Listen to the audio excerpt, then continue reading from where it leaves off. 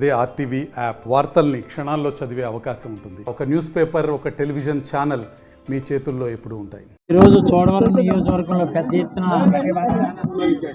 వేలాది మంది నామినేషన్ ఘట్టానికి పెద్ద ఎత్తున కార్యకర్తలు, వైఎస్ఆర్సీపీ శ్రేణులు, జగనన్న కుటుంబ సభ్యులు ప్రతి పంచాయతీ నుంచి వేలాది మంది తరలి రావడం ఎంతో ఆనందాన్ని ఇచ్చింది, ఎంతో సంతోషం కలిగించింది. వచ్చినటువంటి ప్రతి జగనన్న కుటుంబ సభ్యుడు ప్రతి ఒక్కరు కూడా ప్రత్యేకమైనటువంటి ధన్యవాదాలు ఈ సందర్భం తెలియజేస్తూ, వైఎస్ఆర్ కాంగ్రెస్ పార్టీ 1000 పైచీలకు పైగా ఇవాళ మళ్ళీ మెజార్టీ సాధించబోతున్నాం.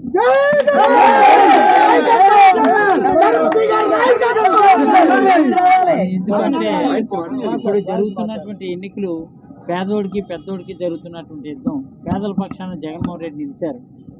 పేదల పక్షాన్ని నిలిచారు కాబట్టి అమ్మఒడి అనే పథకం ద్వారా 15,000 పేదోడికి ఇవ్వడం కానీ, 18,750 వైఎస్ఆర్ చేయూత అనేది వలసలు అరికట్టడం కోసం కూలి పని చేస్తున్నటువంటి ఆడపడుచులకి 45 సంవత్సరాలు దాటినటువంటి వాళ్ళు, తెల్ల రేషన్ కార్డు ఉన్నటువంటి వాళ్ళందరికీ 18,750 రూపాయలు ఇవ్వడం కానీ, రైతు భరోసా అనే సన్నకారు చిన్నకారు రైతాంగానికి 5 ఎకరాల లోపు ఉన్నటువంటి ప్రతి ఒక్కరికి వ్యవసాయ పెట్టుబడి నిమిత్తం 13,500 రూపాయలు ఇవ్వడం కానీ, ఇవన్నీ కార్యక్రమాలన్నీ పేదలకి ప్రభుత్వ ఫలాలు నేరుగా రూపాయి కరప్షన్ లేకుండా పారదర్శకతో అందించినటువంటి కార్యక్రమాల వల్ల పెద్ద ఎత్తున స్వచ్ఛందంగా ఈరోజు నామినేషన్ మహోత్సవానికి వైఎస్ఆర్ కాంగ్రెస్ పార్టీ తరఫున నేను వేస్తుంటే పెద్ద ఎత్తున అన్ని గ్రామాల నుంచి తరలి రావడం ఎంతో ఈరోజే విజయం సాధించింది వైఎస్ఆర్ కాంగ్రెస్. అఖండ విజయం ఈరోజే వచ్చిందనే సంతోషం ఎలాగైతే ఉంటుందో ఆ రీతిలో అందరూ పెద్ద ఎత్తున రావడం జరిగింది. ఈరోజు మా అందరికీ అన్నం పెట్టి ఈ ఫ్యాక్టరీకి తెలుగుదేశం హయాంలో రైతులందరికీ సున్నం రాసి అప్పుల పాలు చేశారు. అది కోట్లాది రూపాయలు 175 కోట్లు అప్పులు చేశారు.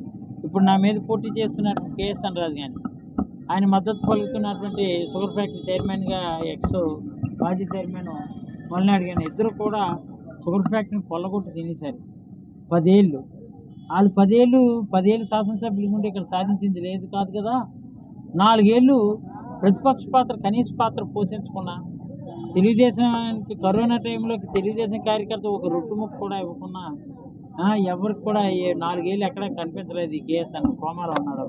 ఈ ఎన్నికలు 6 నెలలు ఉందానికి ఇప్పుడు ప్రజలు అమాంతంగా గుర్తుకొచ్చి ఇప్పుడు ఏదో ఇది సాధిస్తాం, ఇది చేస్తాం, అది చేస్తాం అన్నారు.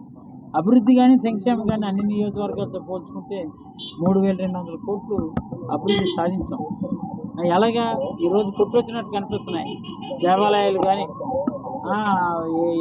ఆధ్యాత్మిక హబ్గా, ఎడ్యుకేషనల్ హబ్గా ఇక్కడ పీజీ కాలేజీ తేవడం కానీ, అలాగే జ్యోతిరప్పులు స్కూలు, రెసిడెన్షియల్ స్కూళ్ళు తీసుకురావడం కానీ, 35 కోట్లు దాన్ని శాంక్షన్ చేయించడం కానీ, ఏదేమైనా సరే ఎడ్యుకేషనల్గా కానీ డెవలప్మెంట్ పరంగా ఇప్పుడు ఉన్నటువంటి ఈ మెయిన్ రోడ్డు కూడా నేనే 89 లక్షలు సొంత నిధులతో కూడా మొన్న వేయించాను.